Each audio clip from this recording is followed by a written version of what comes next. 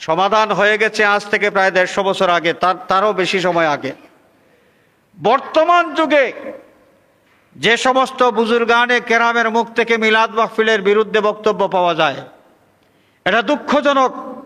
যেই সময়ে মুসলমানদের ঐক্যের বড় বেশি দরকার, এই যুগে যদি সমাধানকৃত একটা বিষয় নিয়ে আবার নতুন করে বিতর্ক সৃষ্টি করে সাধারণ জনগণের মধ্যে ভুল বুঝাবুঝি তৈরি করেন, এরা মুসলমান জাতির দোস্ত হইতে পারেন না, এরা মুসলমান জাতির হিতাকাঙ্ক্ষী হইতে পারেন না, এরা মুসলমান জাতির বন্ধু হইতে পারেন না। হাজরিনে কেরাম, আমি আহ্বান করব এখনো যারা এই ভুলের মধ্যে আছেন এবং খামাখা মুসলমানদের মধ্যে মিলাদ মাহফিল দিয়া নাজাইজ ফতোয়া দিয়া দলাদলি তৈরি করার অপচেষ্টায় লিপ্ত আছেন, আমি আহ্বান করব, যদি সজাগ ঘুমিয়ে থাকেন তাহলে কিছু করার নাই। আল্লাহ রাব্বুল আলামিনের দরবারে আমরা তাদের হেদায়েত চাই। আর যদি আসলেও জানেন না, তাহলে মেহেরবানি করে একটু পড়াশোনা করেন, একটু স্টাডি করেন। একটু স্টাডি করলেই, পড়াশোনা করলেই মিলাদ মাহফিল সম্পর্কে যে ভুল বুঝাবুঝি, এটার অবসান হয়ে যাবে ইনশাআল্লাহ। বর্তমান যুগে ঈদে মিলাদুন্নবী উদযাপনের বিরুদ্ধে যারা ফতোয়া দেন যে বেদাতিরা 3 নম্বর ঈদ একটা বের করেছে, এটা ঈদে মিলাদুন্নবী, মুসলমানের ঈদ 2 দিন আর বেদাতিরা আরেকটা দিন আবিষ্কার করেছে, এটা হচ্ছে ঈদে মিলাদুন্নবী। আমরা চাই ভুল বুঝাবুঝির অবসান হোক। আমরা চাই মিলাদুন্নবী বা ঈদে মিলাদুন্নবীকে কেন্দ্র করে মুসলমানদের মধ্যে আর যেন কোনো বিভেদ তৈরি না হয়, কেউ মুস্তাহাব আমলটা করবেন, সওয়াব পাবেন, কারো ইচ্ছা তিনি করবেন না, সওয়াব পাবেন না, সওয়াব থেকে বঞ্চিত হবেন, এই জন্যে তার গুনাহ হবে না।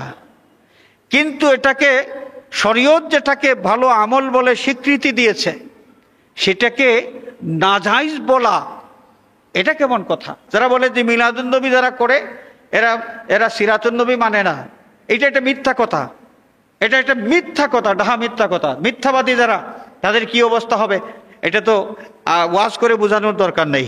আহলে হাদিস ভাইয়েরা, লামাযহাবী ভাইয়েরা, আপনারা মিলাদুন্নবীর বিরুদ্ধে কথা বলেন, আপনাদের ইমাম কি বললেন?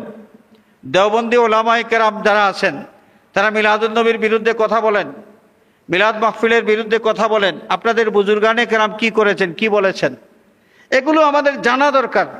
এগুলো যদি আমরা জানতে পারতাম ঠিক মতো, তাহলে উল্টাপাল্টা বক্তব্য দিয়া মুসলমানদের মধ্যে আর মারামারি লাগাইতাম না। প্রশ্ন আছে, আসলে আলোচনার সময় তো খুবই কম, প্রশ্নের উত্তর দিতে গেলে তো আবার একটু বিস্তারিত না বললে উত্তর পরিষ্কার হবে না, উত্তর পরিষ্কার না হলে ভুল বুঝাবুঝি হইতে পারে। আমি চেষ্টা করব ইনশাআল্লাহ। সৈয়দুল আইয়াম জুমাবার আজকের এই মোবারক দিনে ঐতিহ্যবাহী রবির বাজার কেন্দ্রীয় জামে মসজিদে উপস্থিত রবির বাজার আলিয়া মাদ্রাসার স্বনামধন্য অধ্যক্ষ মহোদয় দামাত বারাকাতুহুমুল আলিয়া, নেহায়ত কাবিলে এহতারাম উলামায়ে আহলে সুন্নত, হুফাজে কেরাম, শ্রদ্ধেয় মুরব্বিয়ান, যুবক ছাত্র বন্ধুরা, সর্বস্তরের নবী প্রেমিক বিরাদরানে ইসলাম, আল্লাহ পাকের শাহানশাহী দরবারে লাখো কোটি শুকরিয়া যে মহান মালিক মেহরবানি করে আজকে আল্লাহর ঘর মসজিদে হাজির হওয়ার তৌফিক এবং সুযোগ আমাদেরকে দিয়েছেন। আমরা সকলে উচ্চ আওয়াজে বলি আলহামদুলিল্লাহ। আমরা মহান মালিকের দরবারে আরও শুকরিয়া জানাই এই জন্যে যে সৃষ্টিকুলের শ্রেষ্ঠতম মর্যাদার অধিকারী সেই মানব কুলে আমাদেরকে জন্ম দিয়েছেন।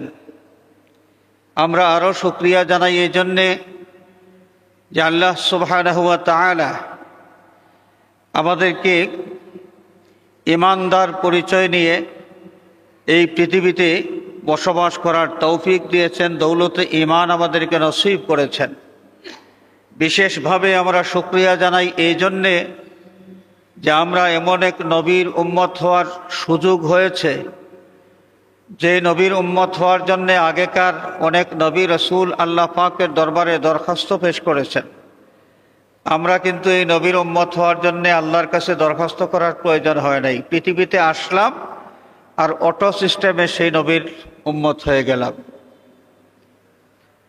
এমন একজন নবী আমরা পেয়েছি যে নবীর খেতাব আল্লাহ রাব্বুল আলামিন কালামে পাকে নিজেই ঘোষণা দিচ্ছেন, ওয়ামা আরসালনাকা ইল্লা রাহমাতাল লিল আলামিন, সৃষ্টিকুলের সকলের জন্য যিনি রহমত। যেই নবীর শুভাগমনে কুল কায়নাতের সমস্ত মখলুকাতের মধ্যে আনন্দের জোয়ার শুরু হয়েছিল। হাজরিন কেরাম, বিশ্ববিখ্যাত মুহাদ্দিস ইতিহাসবিদ ইমাম কোস্তালানী রহমাতুল্লাহি আলাইহি আমাদের নবীজির একখানা জীবনী গ্রন্থ তিনি লিখেছেন, মাওয়াহিবুল লাদুন্নিয়া। এই কিতাবের মধ্যে তিনি আমাদের নবীজি সাল্লাল্লাহু আলাইহি ওয়াসাল্লামের এই পৃথিবীতে আগমন উপলক্ষে বিশুদ্ধ সনদে কিছু রেওয়ায়াত উল্লেখ করেছেন। যেই রেওয়ায়াতগুলো একত্রিত করে আল্লামা বারজিনজি রহমাতুল্লাহ আলাইহি তিনি তার কিতাব মৌলিদে বারজিনজির মধ্যে উল্লেখ করেছেন। এবং ওই কিতাবের মধ্যে যে রেওয়ায়াতগুলো পাওয়া যায়, وَنُودِيَ فِي السَّمَاوَاتِ وَالْأَرْضِ بِحَمْلِهَا لِأَنْوَارِهِ الذَّاتِيَّةِ وَصَبَا كُلُّ صَبٍّ لِحُبُوبِ نَسِيمِ صَبَا وَكُسِيَتِ الْأَرْضُ بَعْدَ طُولِ جَدْبِهَا مِنَ النَّبَاتِ حُلَالًا سُنْدُسِيًّا وَأَيْنَعَتِ الثِّمَارُ وَأَدْنَى الشَّجَرُ لِلْجَانِي جَنَاهُ ونطقت بحمله كل دابة لقريش بفصاح الألسن العربية وخلت الأسرة والأصنام على الوجوه والأفواه وتباشرت وحوش المشارق والمغارب ودوابها البحرية واحتست العوالم من السرور وكأس حمياه। ঠিক এইভাবে আমাদের নবীজি সাল্লাল্লাহু আলাইহি ওয়াসাল্লামের জন্মকালীন অর্থাৎ মিলাদুন নবীর সময়কার আশ্চর্যজনক অনেক ঘটনা, যেগুলো বিস্তারিত সনদ সহ এসেছে, আল্লামা বারজিনজি রহমাতুল্লাহ আলাইহি সেই রেওয়ায়াতগুলো ছন্দ আকারে তিনি উল্লেখ করেছেন। এর মধ্যে কি আছে? নবী পাক সাল্লাল্লাহু আলাইহি ওয়াসাল্লাম যিনি আসলুল খলায়েক, সৃষ্টিকুলের মূল, সেই নবীজি নূরানি আকৃতিতে, নূরানি সুরতে তিনি ছিলেন। আল্লাহ পাক পৃথিবীতে দেওয়ার যখন ইচ্ছা করলেন, তার হাবিবকে দুনিয়াতে পাঠানোর যখন ইচ্ছা করলেন, বিশ্ববাসীর সামনে প্রকাশ করার ইচ্ছা যখন করলেন, সর্বপ্রথম দুনিয়ার দিকে পাঠানোর ক্ষেত্রে আদম আলাইহিস সালাতু ওয়াস সালামের কপাল মুবারকে তার নূর মুবারক আমানত রাখলেন। সাইয়্যিদুনা আদম আলাইহিস সালাতু ওয়াস সালাম থেকে তার সাহেবজাদা হযরতে শীস আলাইহিস সালামের কপাল মুবারকে নূরে মুহাম্মদী সাল্লাল্লাহু আলাইহি ওয়াসাল্লাম স্থানান্তরিত করা হলেন। ঠিক এইভাবে আস্তে আস্তে হযরতে নূহ আলাইহিস সালাতু ওয়াস সালামের কপাল মুবারক, নূহ আলাইহিস সালাতু ওয়াস সালামের কপাল মুবারক থেকে নূরে মুহাম্মদী স্থানান্তরিত হলেন তারই সন্তান হযরতে সাম আলাইহিস সালামের কপাল মুবারক। সেখান থেকে তার সন্তান, এমনি করে হযরতে ইব্রাহিম আলাইহিস সালাতু ওয়াস সালাম পর্যন্ত। ইব্রাহিম আলাইহিস সালাতু ওয়াস সালামের কপাল মুবারক থেকে নূরে মুহাম্মদী হযরতে ইসমাঈল আলাইহিস সালামের কপাল মুবারকে স্থানান্তরিত হলেন। হযরতে ইসমাঈল আলাইহিস সালাতু ওয়াস সালাম থেকে তার সন্তান, এইভাবে আস্তে আস্তে আদনান থেকে তার সন্তান হয়ে খাজা আব্দুল মুত্তালিবের কপাল মোবারক পর্যন্ত সেই নূরে মুহাম্মদী স্থানান্তরিত হলেন।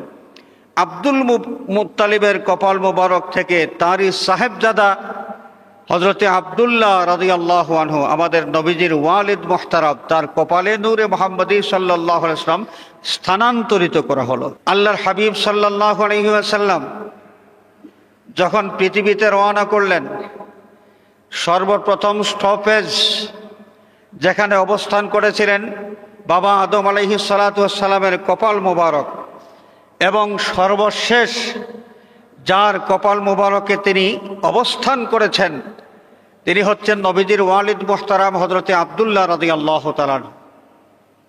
ইতিহাস অনেক লম্বা ইতিহাস বলার সময় নাই। আপনাদের খেদমতে যে বিষয়টা আমি আরজ করতে চাই, তুলে ধরতে চাই, এই আব্দুল্লাহ রাদিয়াল্লাহু তাআলা যখন 25 বছর বয়সের যুবক, তখন বনি জুহরায় তার বাবা খাজা আব্দুল মুত্তালিব তাকে নিয়ে গেলেন।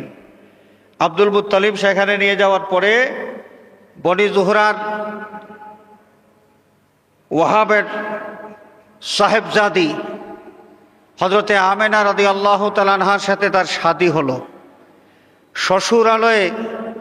শ্বশুরালয়ে আব্দুল্লাহ রাদিয়াল্লাহু তাআলা আনহু এক রিওয়ায়াত মোতাবেক 3 দিন অবস্থান করেছেন এবং সেখানে তার স্ত্রীর সাথে তিনি দাম্পত্য জীবন শুরু করেছেন। এবং সেই সময়ে আব্দুল্লাহর কপাল মোবারক থেকে নূরে মুহাম্মদী সাল্লাল্লাহু আলাইহি ওয়াসাল্লাম আমেনার মধ্যে স্থানান্তরিত করা হয়ে যায়। সুবহানাল্লাহ। হযরতে আমেনা রাদিয়াল্লাহু তাআলা আনহার উদরে আমাদের নবীজি ছিলেন 9 মাস। কতদিন? আমাদের নবীজি আমেনার গর্ভে কতদিন ছিলেন? 9 মাস ছিলেন, 9 মাস। ওয়ালাম্মা তাম্মা মিন হামলিহি সাল্লাল্লাহু আলাইহি ওয়াসাল্লাম আলা রাজিহি 9 আশহুরিন কামারিয়া। মিলাদ শরীফের তাওয়াল্লুদ যে পড়া হয়, তাওয়াল্লুদের মধ্যে এই বিষয়টা আছে, এই রিওয়ায়াত আছে যে নবীজি হযরতে আমেনা রাদিয়াল্লাহু তাআলা আনহার গর্ভে 9 মাস অবস্থান করার পরে মানব আকৃতিতে আল্লাহ পাক তার হাবিবকে পৃথিবীতে পাঠালেন। জসদে মুহাম্মদী, জসদে আতহার আমেনার গর্ভের মধ্যে আল্লাহ রাব্বুল আলামিন সৃষ্টি করলেন এবং সেই জসদে আতহারের মধ্যে আব্দুল্লাহর কপাল মোবারক থেকে স্থানান্তরিত হওয়া নূরে মুহাম্মদী প্রবেশ করাইলেন। প্রবেশ করানোর পর আল্লাহ সুবহানাহু ওয়া তাআলা সেই জসদ মুবারক অর্থাৎ মানব রূপে মুহাম্মদ সাল্লাল্লাহু আলাইহি ওয়াসাল্লামকে পৃথিবীতে পাঠালেন। তো দুনিয়াতে আমাদের নবীজি আগমন করার 9 মাস আগে সর্বপ্রথম যেই দিন আব্দুল্লাহর কপাল মোবারক থেকে আমেনার মধ্যে স্থানান্তরিত হয়েছেন, নবীজির জন্মের 9 মাস আগের কাহিনী। নুদিয়া ফিস সামাওয়াতি ওয়াল আরদি বিহামলিহা লিআনওয়ারিহি যাতিয়া। আল্লাহ রাব্বুল আলামিন 7 আসমান 7 জমিনের ফেরেশতা কুলের মধ্যে একটা ঘোষণা দিয়ে দিলেন, পরে ফেরেশতারা তোমরা শোনো, আমার বন্ধু যিনি আখিরি জামানার নবীর দায়িত্ব পালন করবেন পৃথিবীর দিকে রওনা দিয়েছেন, আর বেশি দিন বাকি নাই, আমার বন্ধু পৃথিবীতে শুভাগমন করবেন। আল্লাহ রাব্বুল আলামিনের কাছ থেকে মিলাদুন নবীর অগ্রিম সংবাদ 9 মাস আগে আল্লাহ রাব্বুল আলামিন ফেরেশতা কুলকে জানিয়ে দিয়েছেন। 9 মাস আগে আল্লাহর কাছ থেকে মিলাদুন নবীর এই সংবাদ পাওয়ার পরে ফেরেশতা কুলের মধ্যে আনন্দের জোয়ার দেখা দিল। সমস্ত ফেরেশতা কুল খুশি হয়ে গেলেন। একজন আর একজনকে ডাক দিয়ে বলেন, এক ফেরেশতাকে ডাক দিয়ে বলেন, আরে ভাই, কি সৌভাগ্য আমাদের, রহমাতুল লিল আলামিন যিনি পৃথিবীতে আগমন করার কথা, সেই রহমাতুল লিল আলামিনকে আমরা পেয়ে যাব। সুবহানাল্লাহ।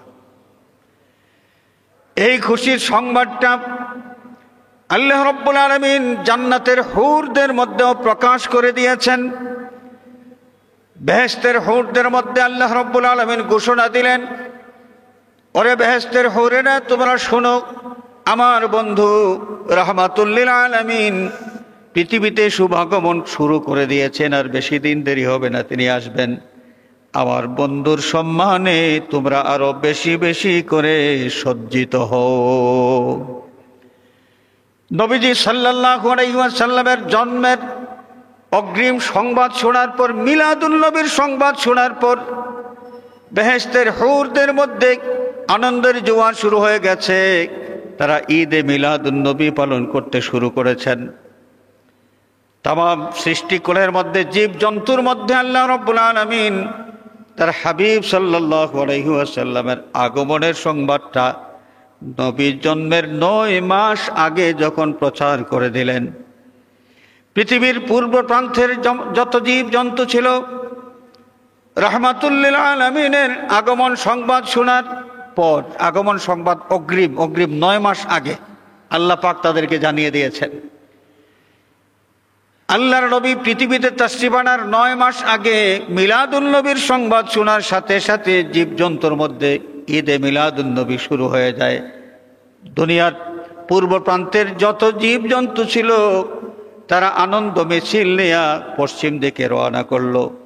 পশ্চিম দিকের যত জীবজন্তু এরা সবাই পূর্ব দিকে রওনা করলো। সকলের মধ্যে খুশি আর খুশি। যার সাথে যার দেখা হয়, একটা জন্তু আরেকটা জন্তুকে ডাক দিয়া বলে, আরে ভাই, রাহমাতুল লিল আলামিন যিনি পৃথিবীতে আগমনের কথা, আর বেশি দেরি নাই, আমরা রাহমাতুল লিল আলামিনকে পেয়ে যাব। সুবহানাল্লাহ। কুল কায়নাতের মধ্যে ঈদে মিলাদুন্নবী শুরু হয়ে গেছে। 7 আসমান 7 জমিনের ফেরেশতাদের মধ্যে ঈদে মিলাদুন্নবী উদযাপন শুরু হয়ে গেছে। পৃথিবীর সমস্ত জীব জন্তুর মধ্যে ঈদে মিলাদুন্নবী শুরু হয়ে গেছে। আরবের যেই জমিনে এক সময় দীর্ঘদিন পর্যন্ত বৃষ্টি না হওয়ার কারণে গাছ বৃক্ষের মধ্যে কোনো পাতা ছিল না, পাতা ঝরে পড়েছিল, ফুল ছিল না, ফল ছিল না, জমিনের মধ্যে কোনো ঘাস ছিল না। দীর্ঘদিন এই অবস্থায় আরবের জমিন ছিল। আল্লাহর হাবিব সাল্লাল্লাহু আলাইহি ওয়াসাল্লাম দুনিয়ার দিকে রওনা দিয়েছেন। আমেনার মধ্যে অবস্থান করেছেন। 9 মাস পরে পৃথিবীতে আসবেন। আল্লাহ রাব্বুল আলামিন এই আরবের মরুভূমির গোটা প্রকৃতির মধ্যে আনন্দের একটা পরিবেশ তৈরি করে দিয়েছেন। সুবহানাল্লাহ। ওয়াকুসিয়াতিল আরদু বা'দা তুলি জাদবিহা মিনান নাবাতি হুলালান সুন্দুসিয়া ওয়াইনাতিস সিমারু আদানাশ শাজারু লিল জানি জানা। দীর্ঘদিন পর্যন্ত যে আরবের, যে মক্কার জমিনে মরুভূমি বালি আর বালি ছিল, একটা ঘাসের পাতাও ছিল না। যে আরবের জমিনে প্রত্যেকটা গাছে, একটা গাছেও কোনো পাতা ছিল না, কোনো ফল নাই, ফুল নাই, কিছুই নাই। আল্লাহর বন্ধু যখন আমেনার মধ্যে অবস্থান করেছেন, আল্লাহ রাব্বুল আলামিন এই প্রকৃতির মধ্যে, পরিবেশের মধ্যে একটা আনন্দের পরিবেশ তৈরি করে দিয়েছেন। মক্কার মানুষ একদিন হঠাৎ করে দেখলো, ঘুম থেকে ওঠার পর তার বাড়ির সামনে যে গাছ, এতদিন পর্যন্ত গাছের মধ্যে কোনো পাতাও ছিল না, ঘুম থেকে ওঠার পর দেখা যায় ওই গাছে পাতাও আছে, ফলও আছে, ফুলও আছে। সুবহানাল্লাহ। আরবের মানুষ লক্ষ্য করলো যে জমিনে একটা ঘাসও ছিল না।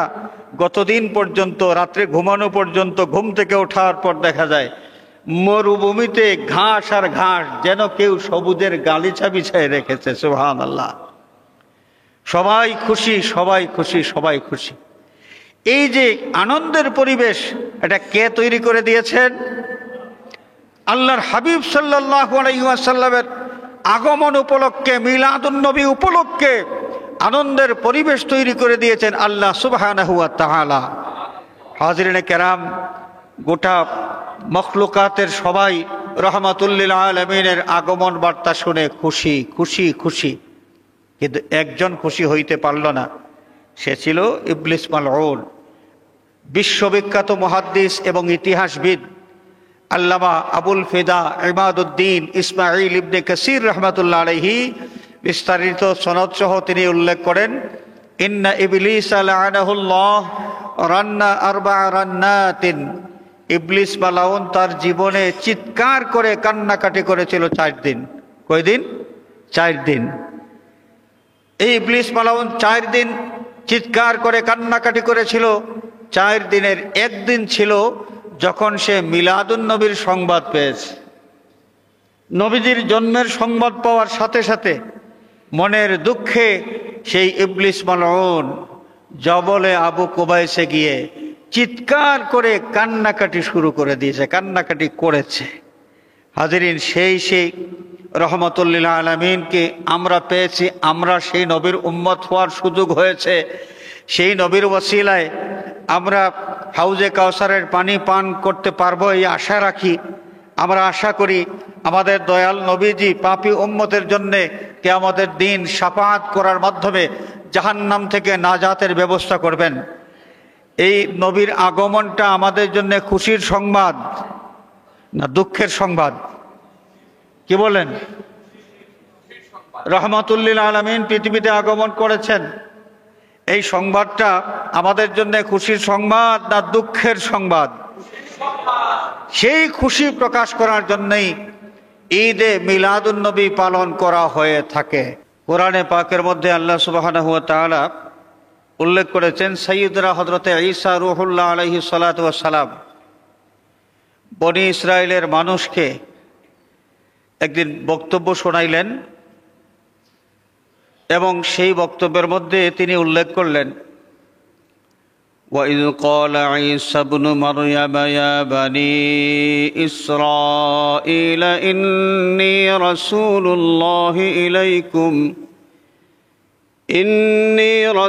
اللَّهِ إِلَيْكُمْ مُصَدِّقًا لِمَا بَيْنَ يَدَيَّ مِنَ التَّوْرَاةِ ومبشرا برسول يأتي من بعد اسمه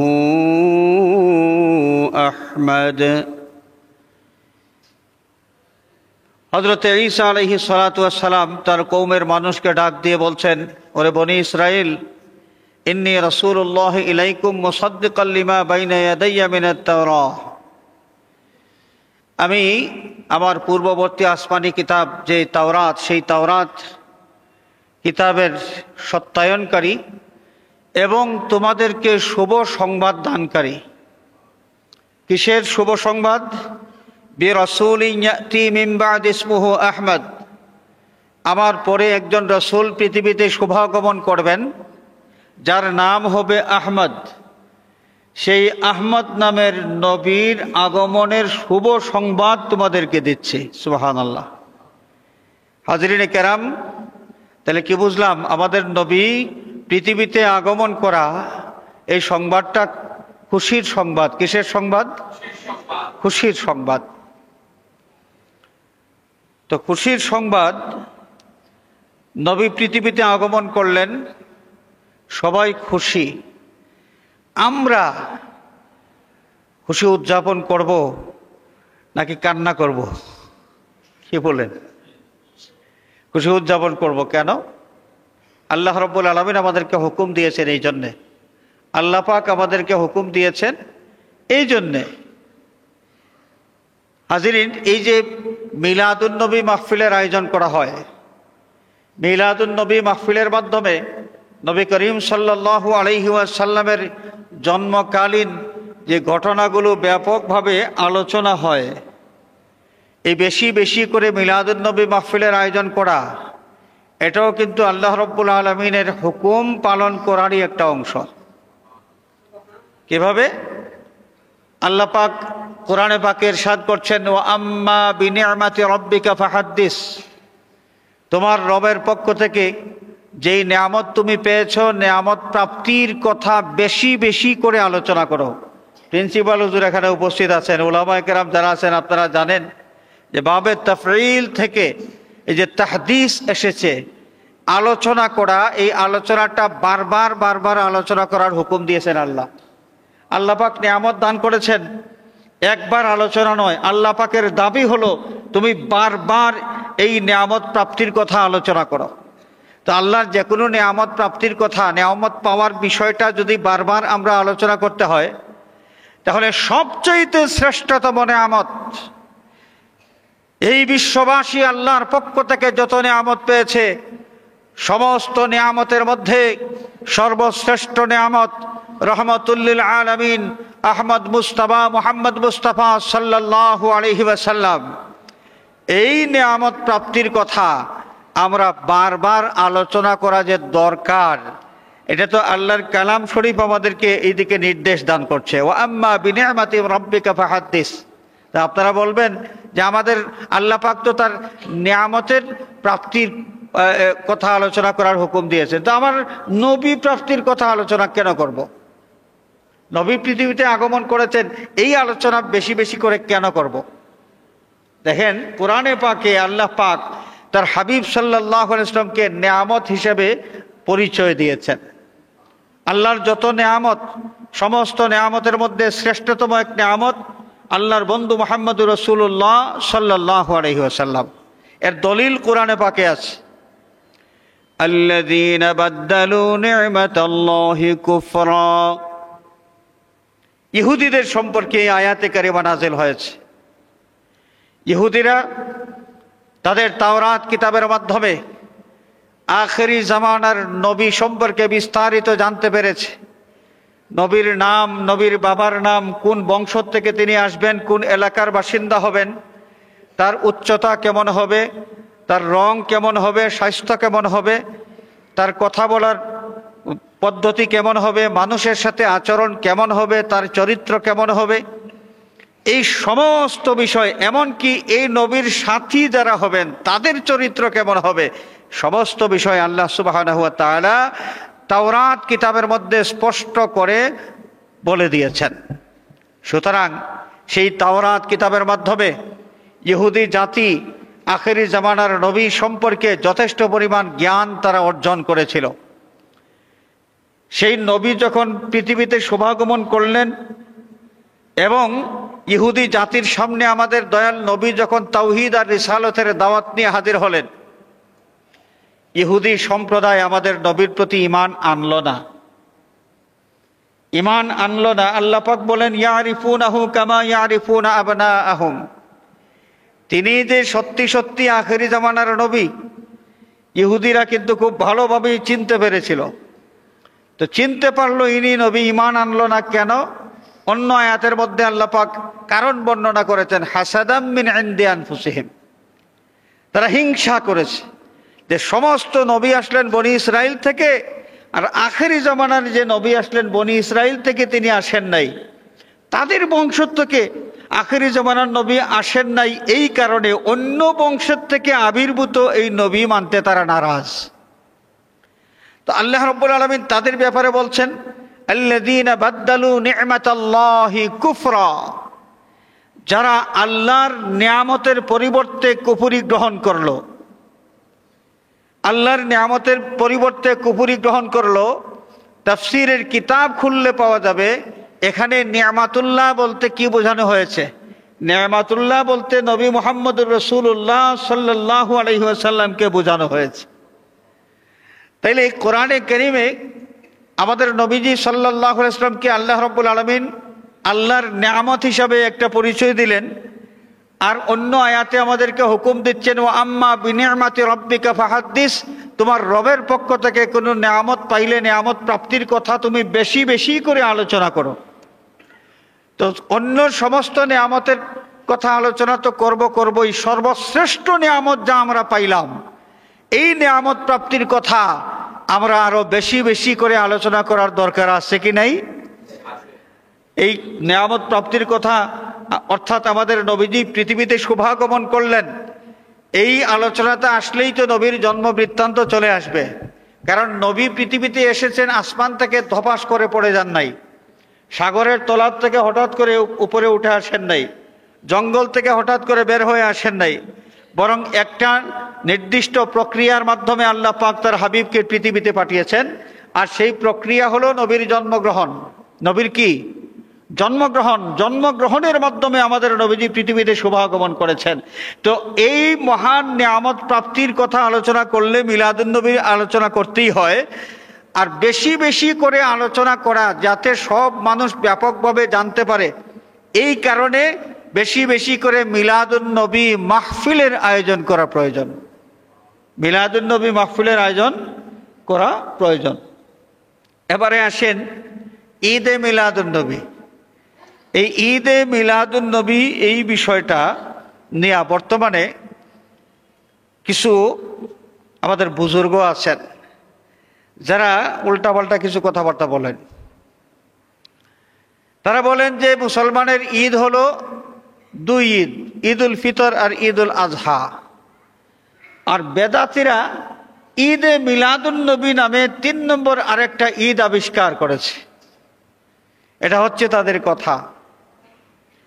আমার দুঃখ লাগে এই জায়গায়, দুঃখ লাগে একটা বিষয়, যে বিষয় নিয়ে এক সময় বিবাদ ছিল, মীমাংসা হয়ে গেছে। এক সময় বিবাদ ছিল, মীমাংসা হয়ে গেছে। এই ভারত উপমহাদেশে থানভী সাহেব, রশিদ আহমদ গঙ্গোহী সাহেব, খলিল আহমদ আম্বেটুই সাহেব, তাদের যুগে এই মিলাদুন নবী নিয়ে ইখতিলাফ ছিল। ইখতিলাফ থাকার কিছু কারণও ছিল। সময় কম, সব কথা বলা যাবে না। তারপরেও এই বিষয়টা একটু বলতে হয়। দুষ্ট লোক সব যুগেই কম বেশি থাকে। তাদের যুগে, অর্থাৎ থানভী সাহেবদের যুগে কিছু দুষ্ট লোক ছিল যারা গান বাজনা করত, কিন্তু তৎকালীন যুগের মুমিন মুসলমান যারা, তাদের পরেশগারি তো বেশি ছিল। তাদের বাপ চাচা মুরব্বী যারা, মুরব্বীদের ভয়ে গান বাজনার একটা আয়োজন তারা করবে, এই সাহস তারা করতে পারতো না। তারা একটা ফন্দি করলো, একটা পরামর্শ করে তারা এই সিদ্ধান্ত নিল যে আমাদের এলাকায় মিলাদুন নবী মাহফিল তো হয়, ভারত উপমহাদেশে ব্যাপকভাবে মিলাদুন নবীর মাহফিলের আয়োজন ছিল, সবাই মিলাদুন নবী পালন করতেন। তা আমাদের মিলাদুন নবী মাহফিলের আয়োজন যেহেতু হয়, আমরা এক কাজ করি, মিলাদুন নবী মাহফিলের নামে আমরা মাহফিল আয়োজন করব, আর মিলাদুন নবী কিছু করার পরে আমাদের আসল কাজ আমরা শুরু করে দেব, অর্থাৎ গান বাজনা আমরা শুরু করে দেব। তারা তাই করলো। দুষ্ট লোকগুলো মিলাদুন নবী মাহফিলের আয়োজন করত, এবং এই মিলাদুন নবী মাহফিলের আড়ালে তাদের গান বাজনা তারা চালিয়ে যেত। উলামায়ে কেরামের নজরে যখন আসলো এই বিষয়টা, হায় হায় সর্বনাশ, মিলাদুন নবী মাহফিলকে তারা কলঙ্কিত করছে। মিলাদুন নবী মাহফিল নাম দিয়া তারা পরবর্তীতে গান বাজনার আয়োজন করে, যেখানে নারী পুরুষের মেলামেশা থাকে না, এটা চলতে দেওয়া যাবে না। তারা একদল ফতোয়া দিয়ে দিলেন, মিলাদ মাহফিল উঠায় দাও, বন্ধ করে দিতে হবে, এটা নাজায়েজ ফতোয়া দেওয়া শুরু করলেন। আরেক দল বললেন গান বাজনার দোষ, মিলাদুন নবী মাহফিলের তো দোষ নয়, বন্ধ করলে গান বাজনা বন্ধ করবেন, ফতোয়া দিলে গান বাজনার বিরুদ্ধে ফতোয়া দিবেন, মিলাদুন নবী মাহফিলের কি দোষ? তাদের ইখতিলাফ চলে আসলো, দুই দল হয়ে গেলেন, একদল মিলাদুন নবীর পক্ষে আর একদল বিপক্ষে। তাদের সকলের মুরব্বী ছিলেন একজন, এই থানভী সাহেবের মতো বড় আলেম, রশিদ আহমদ গঙ্গোহী সাহেবের মতো বড় আলিম। সেই বড় আলিমেরা যাকে মুরব্বী হিসেবে গ্রহণ করেছেন, মুর্শিদ হিসেবে গ্রহণ করেছেন, এত বড় বড় আলিমের মুর্শিদ যিনি, তার ইলিম কি কম? কি বলেন?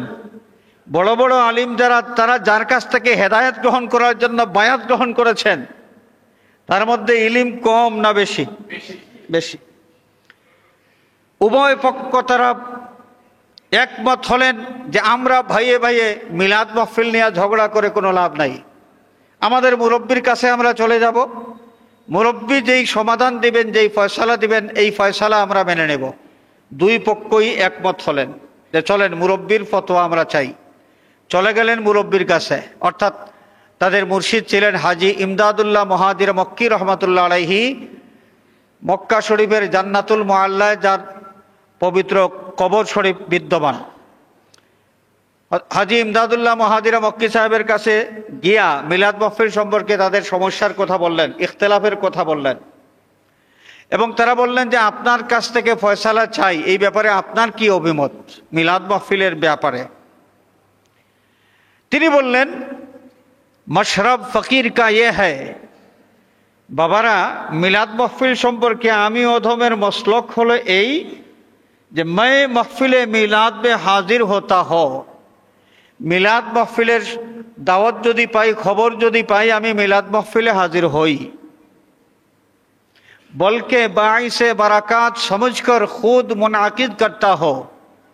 আর শুধু শুধু পরের বাড়িতে দাওয়াত খাওয়ার জন্য যাই তা না, আমি বিশ্বাস করি মিলাদ মাহফিলের মাধ্যমে বরকত হাসিল হয়।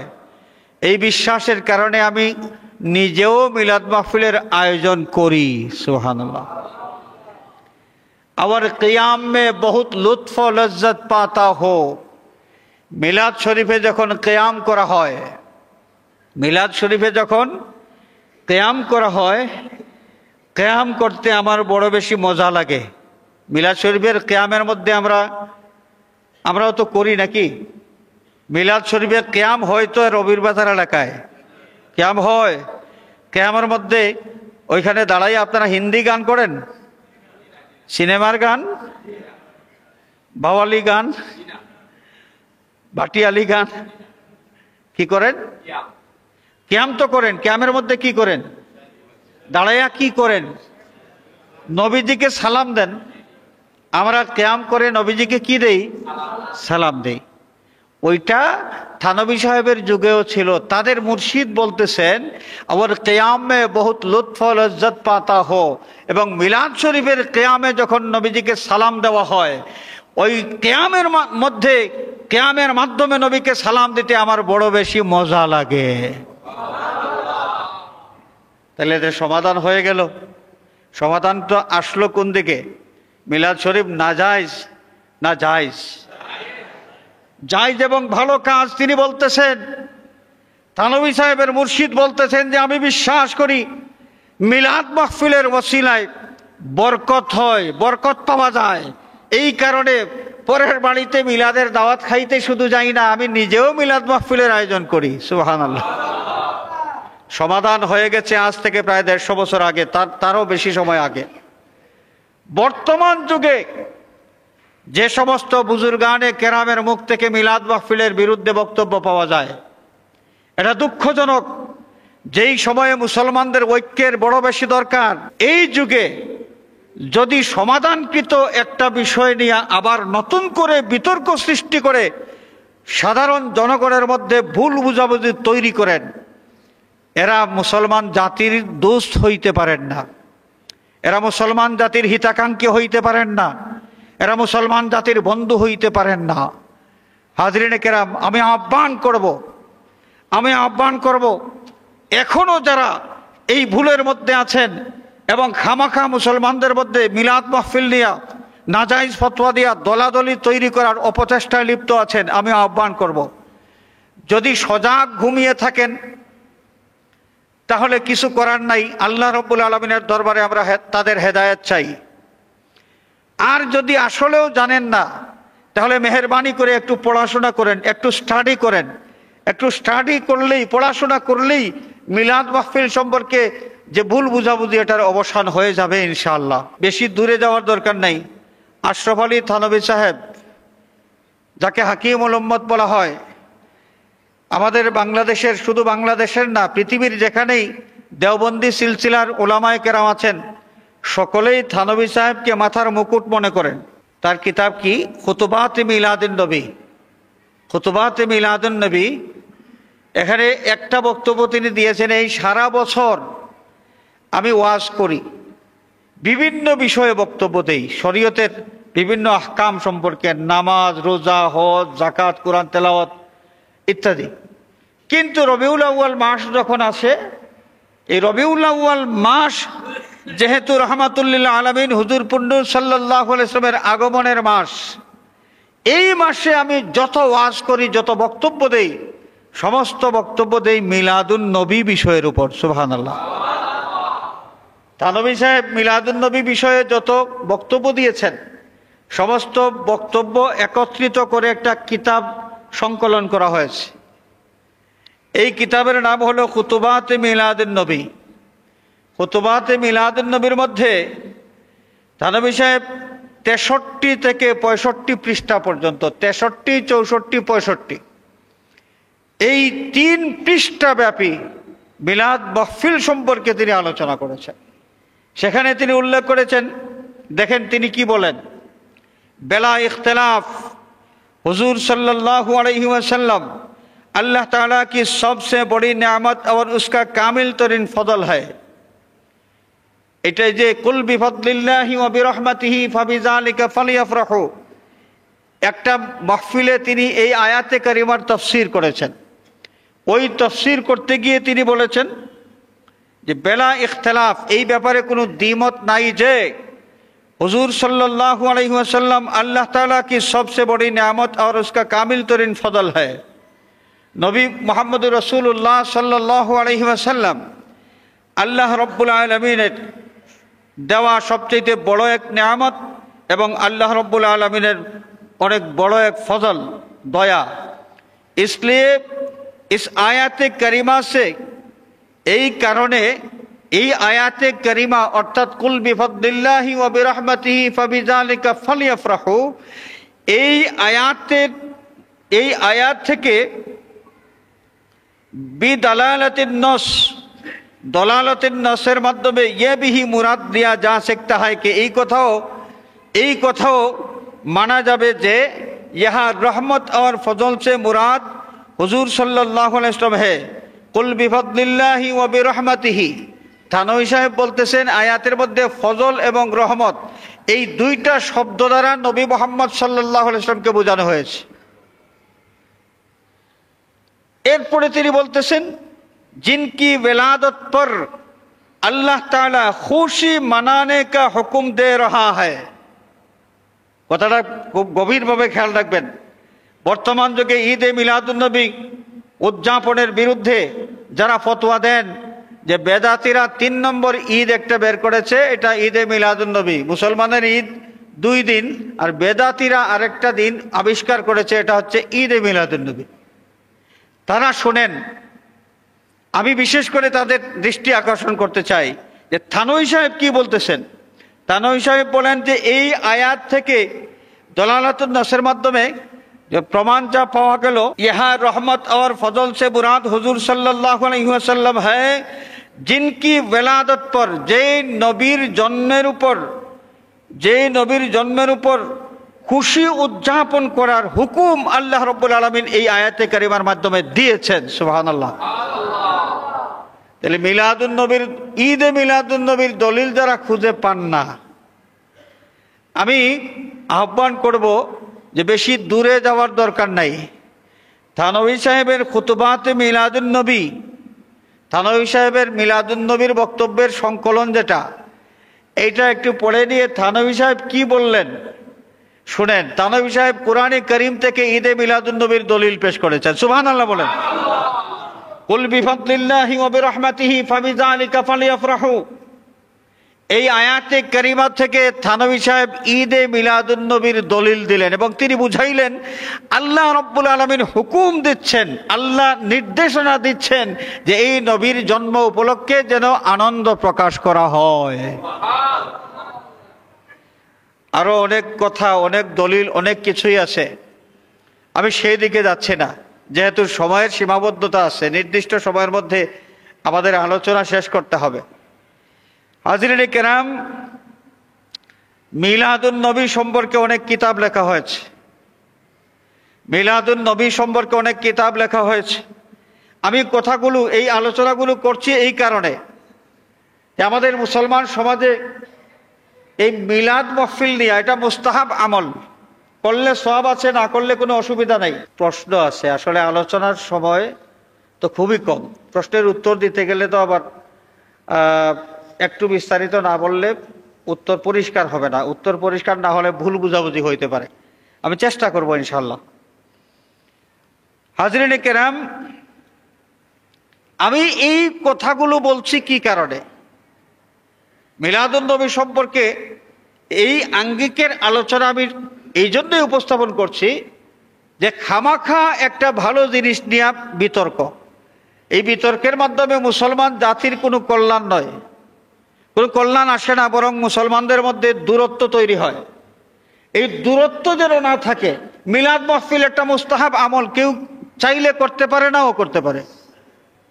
মিলাদ মাহফিল একটা মুস্তাহাব আমল, কত মুস্তাহাব তো আমরা এমনিতেই পরিহার করি। মিলাদ মাহফিল একটা মুস্তাহাব আমল, এটা কেউ যদি না করে কোনো গুনাহ হবে না। আপনি করবেন না ভালো কথা, কিন্তু এটাকে নাজাইজ ফতোয়া দিয়া অন্য মানুষকে, শরীয়ত যেটাকে জায়েজ বলেছে, ভালো কাজ বলেছে, দুনিয়ার সমস্ত উলামায়ে কেরাম যাকে ভালো কাজ, ভালো আমল হিসেবে স্বীকৃতি দিয়েছেন, এই কাজটাকে আপনি নাজাইজ বলবেন? এই অধিকার তো আপনাকে ইসলাম দেয় নাই। আপনি নাজাইজ বলার মাধ্যমে মুসলমানদের মধ্যে এই বিবাদ কেন তৈরি করবেন? আমরা চাই ভুল বুঝাবুঝির অবসান হোক। আমরা চাই মিলাদুন্নবী বা ঈদে মিলাদুন্নবীকে কেন্দ্র করে মুসলমানদের মধ্যে আর যেন কোনো বিভেদ তৈরি না হয়, আর যেন কোনো বিভেদ তৈরি না হয়। কেউ মুস্তাহাব আমলটা করবেন, সওয়াব পাবেন। কারো ইচ্ছা তিনি করবেন না, সওয়াব পাবেন না, সওয়াব থেকে বঞ্চিত হবেন, এই জন্যে তার গুনাহ হবে না। কিন্তু এটাকে শরীয়ত যেটাকে ভালো আমল বলে স্বীকৃতি দিয়েছে, সেটাকে নাজাইজ বলা, এটা কেমন কথা? এখানে একটা প্রশ্ন করা হয়েছে যে ঈদে মিলাদুন্নবী এই নামের মাঝে ঈদ শব্দটি কোরআন হাদিসের কোথাও আছে কি? সংক্ষেপে আমরা যদি বলি, ঈদ কাকে বলে? লিসানুল আরব, বিশ্ববিখ্যাত একটা অভিধান গ্রন্থ। ওলামায়ে কেরাম যারা আছেন, বিশেষ করে শাইখুল হাদিস পর্যায়ের যারা আছেন, শাইখুল তাফসির পর্যায়ের যারা আছেন, তারা অবশ্যই লিসানুল আরব এই কিতাব সম্পর্কে খুব ভালো করে জানেন। আনন্দ প্রকাশ করার জন্য যেই জনসমাবেশ হয়, এটার নাম হলো কি? ঈদ। এটা হচ্ছে আবিধানিক দৃষ্টিকোণ থেকে।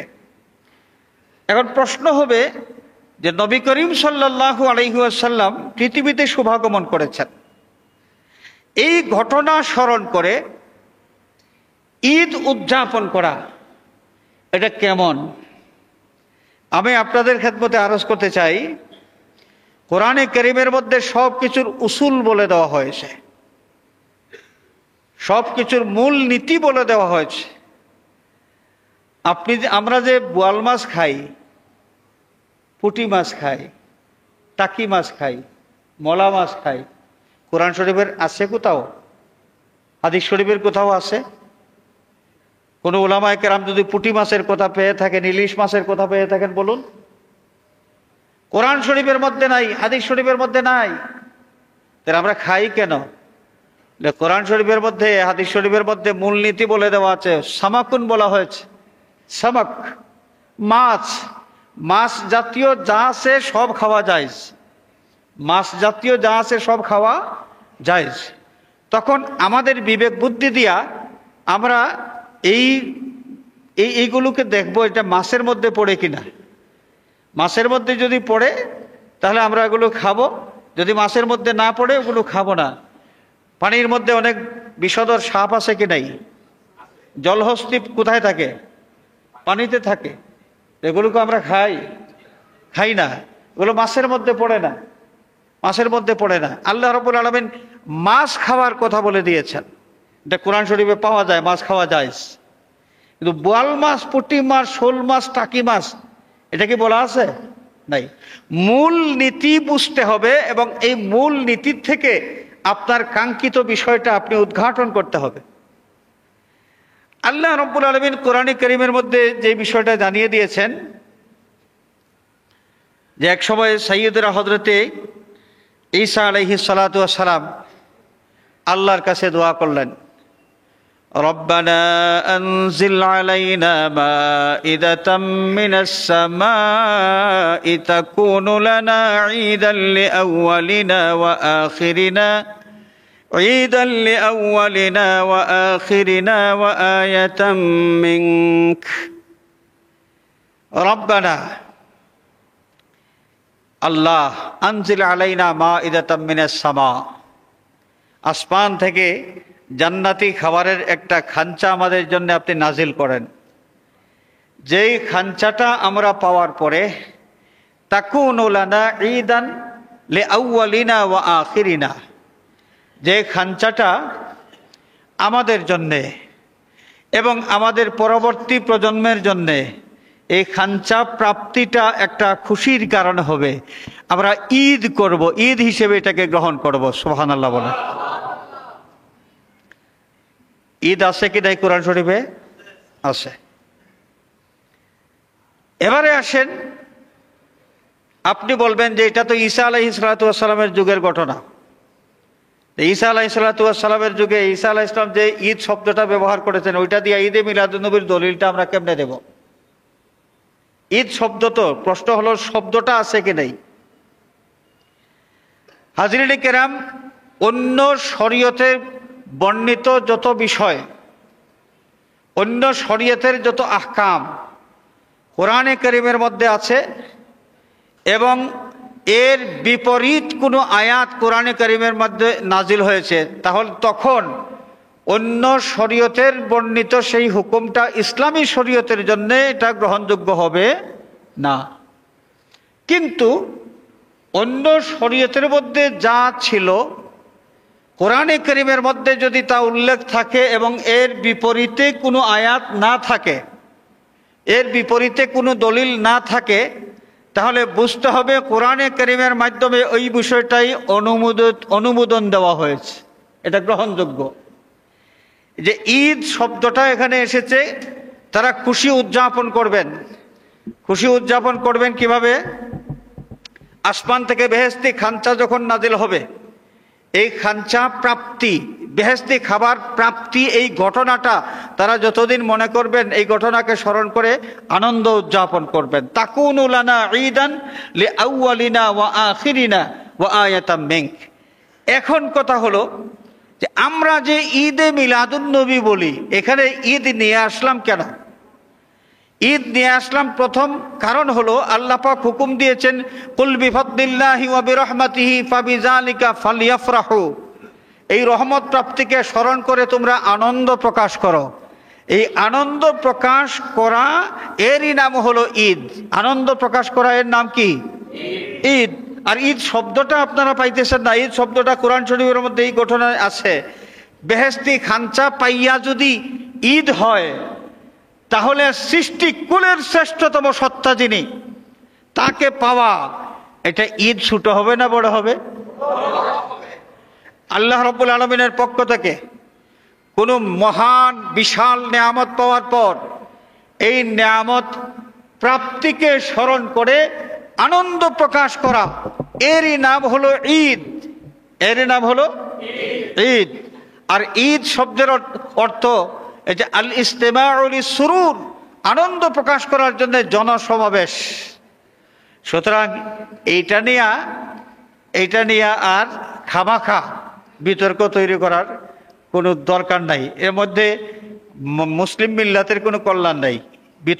খামাখা বিতর্কের মধ্যে মুসলিম মিল্লাতের কোনো কল্যাণ নাই। মিলাদুন্নবীকে গুরুত্ব না দিয়ে সিরাতুন্নবী করে অনেকে। মিলাদুন্নবী নাকি সিরাতুন্নবী উদযাপন করা, কোনটি যুক্তিযুক্ত? দুইটাই যুক্তিযুক্ত, শুধু না অবশ্য করণীয়। দুইটাই যুক্তিযুক্ত, শুধু না অবশ্যই করণীয়। যেমনি ভাবে মিলাদুন্নবী বাদ দেওয়া যাবে না, তেমনি ভাবে সিরাতুন্নবীও বাদ দেওয়া যাবে না। সিরাতুন্নবী, আরে বাবা, সিরাতুন্নবী এটা আনুষ্ঠানিকতার কোনো বিষয় নয়। সিরাতুন্নবী এটা হচ্ছে আমলের বিষয়। সিরাতুন্নবী মানে কি? আসসিরাতু আল খাসলাতু, আসসিরাতু আত তরিকাতু, আসসিরাতু আল আখলাকু, আসসিরাতু আশ-শরিয়াতু।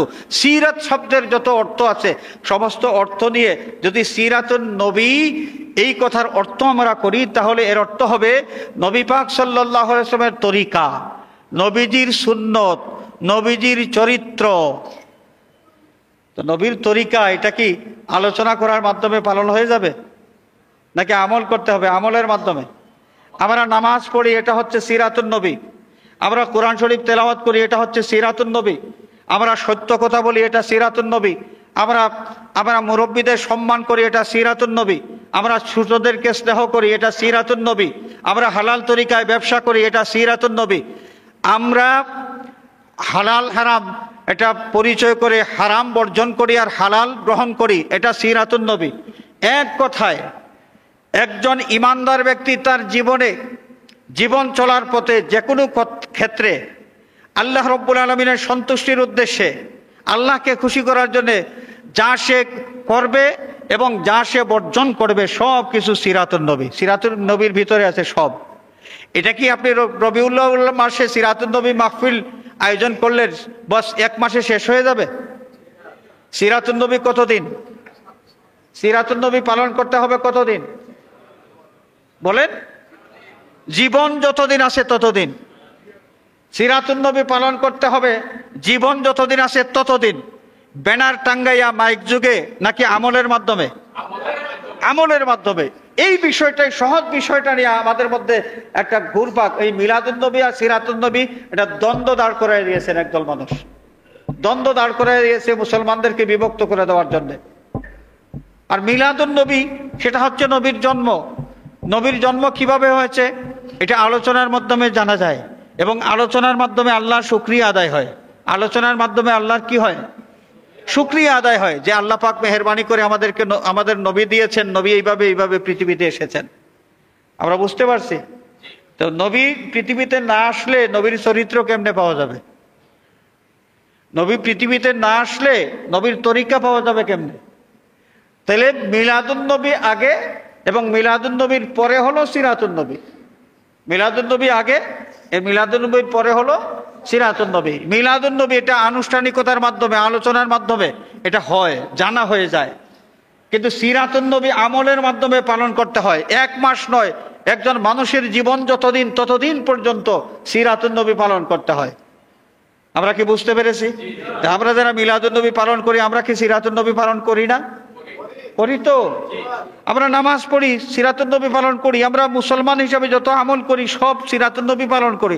তো এরা যে মিথ্যাবাদী, যারা বলে যে মিলাদুন নবী যারা করে এরা সিরাতুন নবী মানে না, এটা একটা মিথ্যা কথা। এটা একটা মিথ্যা কথা, ডাহা মিথ্যা কথা। মিথ্যাবাদী যারা, তাদের কি অবস্থা হবে এটা তো ওয়াজ করে বোঝানোর দরকার নেই। মিলাদুন নবী যদি ঈদ হয় তাহলে তার নামাজ নাই কেন? এটা একটা প্রশ্ন, এটা বোকার মতো প্রশ্ন, বোকার মতো একটা প্রশ্ন। মিলাদুন নবী যদি ঈদ হয় তাহলে তার নামাজ নাই কেন?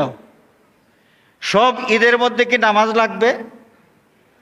ঈদ মানে আনন্দ প্রকাশ করা, ঈদ মানে আনন্দ প্রকাশ করা। আনন্দ প্রকাশ করতে হলে যে নামাজ কি এখানে অপরিহার্য? এই ঈদের জন্য কি আলাদা নামাজ দরকার?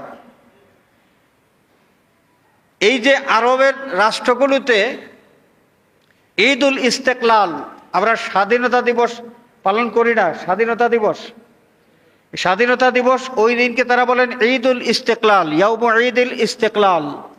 স্বাধীনতা দিবস ওই দিন তারা আনন্দ করেন। তো তাদের ওইখানে যে আরব দেশের মানুষ যারা, তারা কি ঈদ বুঝে না? যে ঈদ হইলেই যে নামাজ লাগবে, এইটা দলিল আগে দেখান যে ঈদ হইলেই যে নামাজ লাগবে, এটা দলিল কই? দলিল ছাড়া আপনি কথা বলবেন আর মানুষের মধ্যে ভুল বুঝাবুঝি তৈরি করবেন। ঈদ হইলেই নামাজ লাগবে, এটা কোন কিতাবে আছে, কোন দলিলের মধ্যে আছে?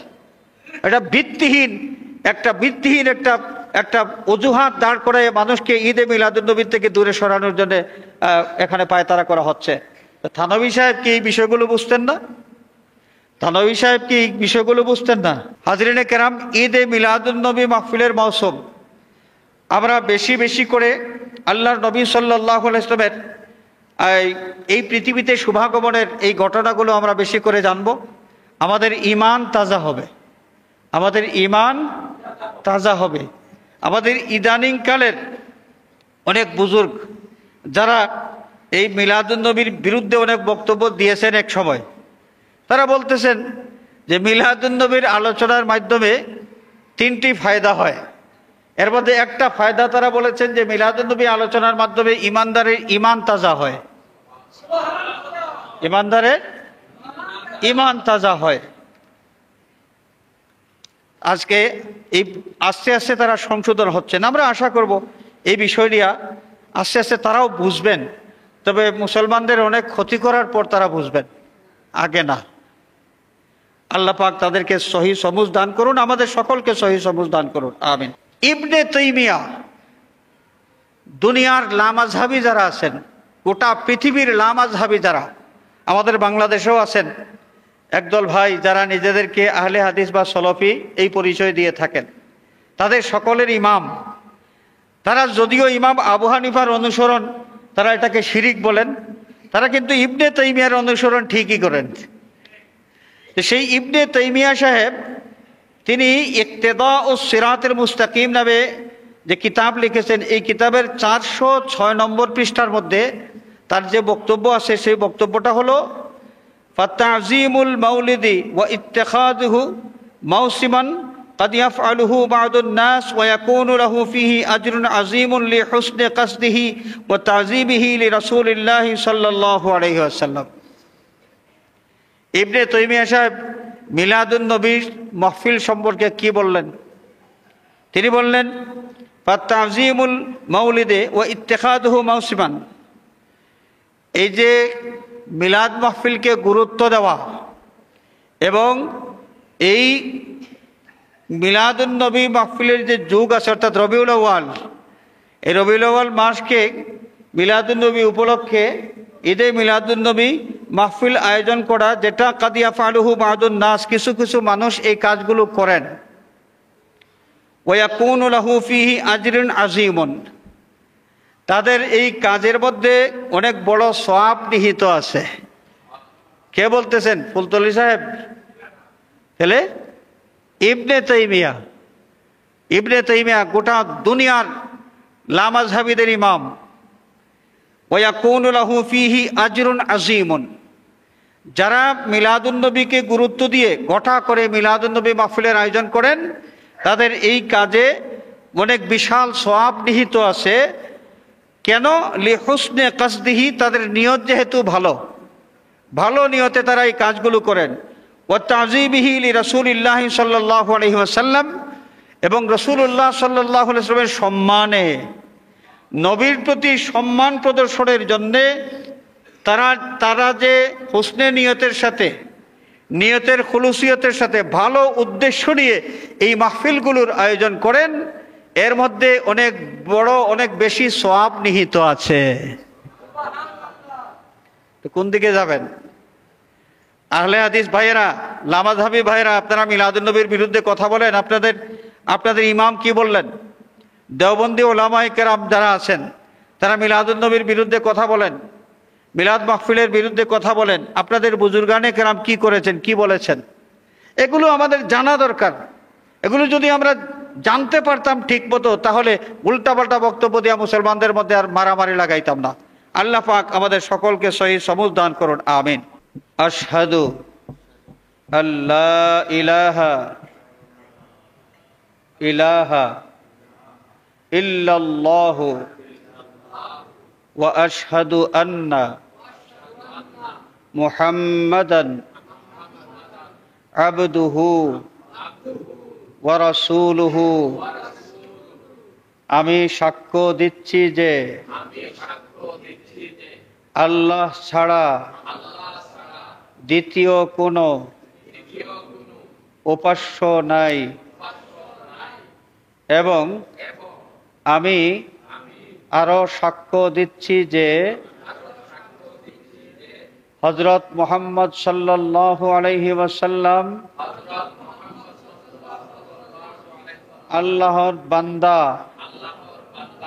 এবং আল্লাহর রাসূল। আমাদের এই ভাই, এর আগের নাম ছিল তার নিউটন, এখন তার নাম হচ্ছে আব্দুর রহমান।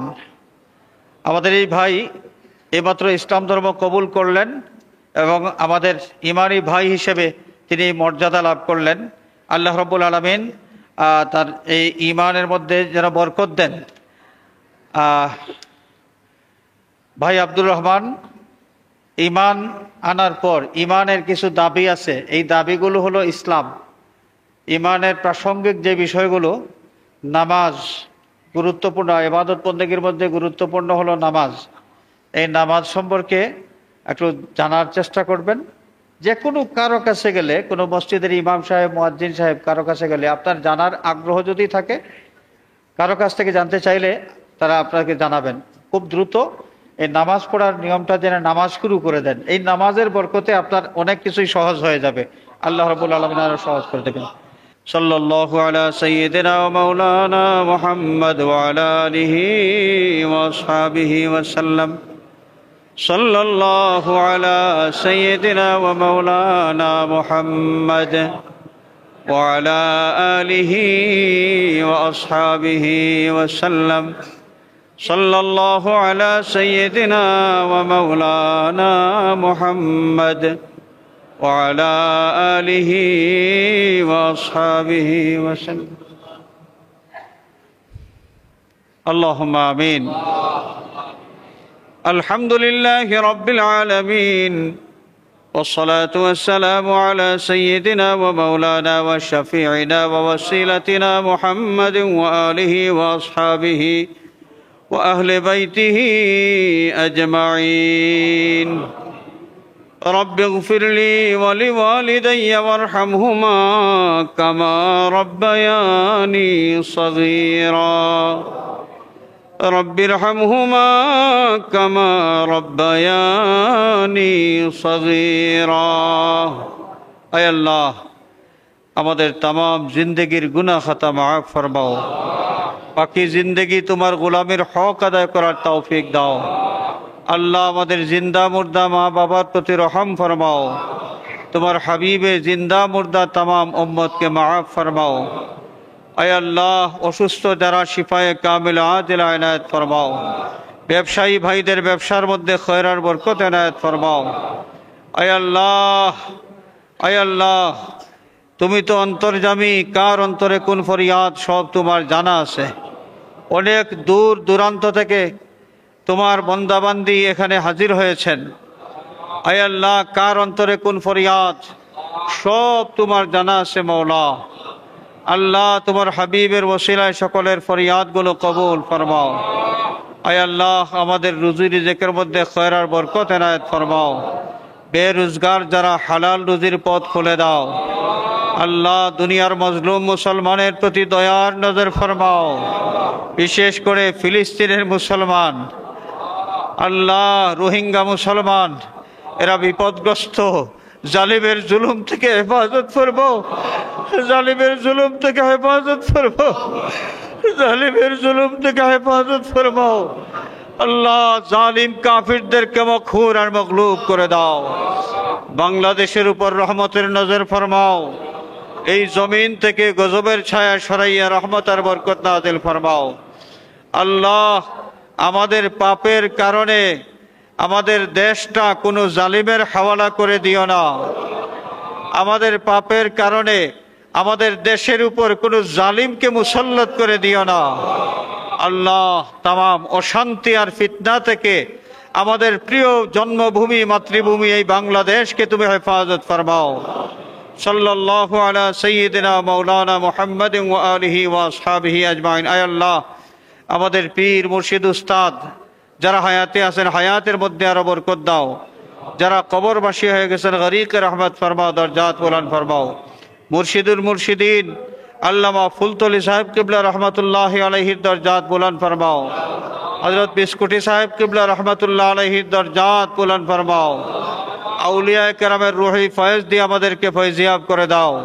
সাল্লাল্লাহু আলা সাইয়্যিদিনা মাওলানা মুহাম্মাদিন ওয়া আলিহি ওয়া আসহাবিহি আজমাইন ওয়াল হামদুলিল্লাহি রাব্বিল আলামিন।